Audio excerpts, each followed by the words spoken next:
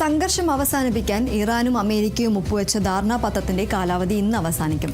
കഴിഞ്ഞ ജൂണിലാണ് അമേരിക്കയും ഇറാനും സമാധാന കരാറിൽ ഒപ്പുവെച്ചത്. ഇറാന് നേരെയുള്ള ആക്രമണം ഉടൻ അവസാനിപ്പിക്കും, ഹോർമോസ് കടലിടുക്ക് തുറക്കും, 30 ദിവസത്തിനകം അമേരിക്ക നാവിക ഉപരോധം പിൻവലിക്കും എന്നീ 14 ഇന നിർദ്ദേശങ്ങളാണ് കരാറിൽ ഉണ്ടായിരുന്നത്. എന്നാൽ അധികം വൈകാതെ ഹോർമോസിൽ കപ്പലുകൾക്ക് നേരെ ആക്രമണം ഉണ്ടായതോടെ വീണ്ടും ഇരു രാജ്യങ്ങളും തമ്മിൽ സംഘർഷം ഉടലെടുക്കുകയായിരുന്നു.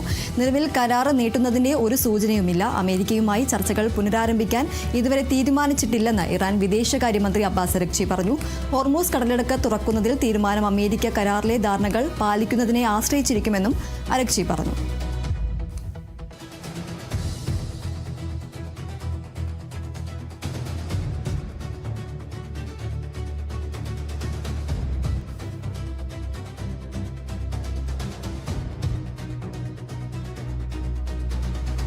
ദക്ഷിണ കൊറിയയുമായുള്ള സംയുക്ത സൈനിക അഭ്യാസം വെട്ടിക്കുറയ്ക്കാൻ പ്രതിരോധ സെക്രട്ടറിക്ക് നിർദ്ദേശം നൽകി അമേരിക്കൻ പ്രസിഡന്റ് ഡൊണാൾഡ് ട്രംപ്. ഉത്തര കൊറിയൻ പ്രസിഡന്റ് കിം ജോങ് ഉന്നുമായി മികച്ച ബന്ധം ചൂണ്ടിക്കാട്ടിയാണ് തീരുമാനം. ഇറാനെതിരായ ആക്രമണത്തിൽ ചേരാൻ ദക്ഷിണ കൊറിയ വിസമ്മതിച്ചതായും ട്രൂത്ത് സോഷ്യൽ പോസ്റ്റിൽ ട്രംപ് ചൂണ്ടിക്കാട്ടി. പരിശീലനങ്ങളിൽ പങ്കെടുക്കാൻ അമേരിക്ക സമ്മതിച്ചാൽ താൻ സന്തോഷവാനല്ല. അഭ്യാസങ്ങൾ ചെലവേറിയത് മാത്രമല്ല, അതിന്റെ വലിയൊരു പങ്ക് ചെലവും അമേരിക്ക തന്നെയാണ് വഹിക്കുന്നത്. കൂടാതെ ഭീഷണികളില്ലാതെയും ബഹുമാനത്തോടെയും പെരുമാറിയ ഉത്തര കൊറിയയ്ക്ക് തീർത്തും അനുചിതവും ശത്രുതാപരവുമായ ഒരു സന്ദേശമാണ് സൈനികാഭ്യാസം നൽകുക എന്നും ട്രംപ് പറഞ്ഞു.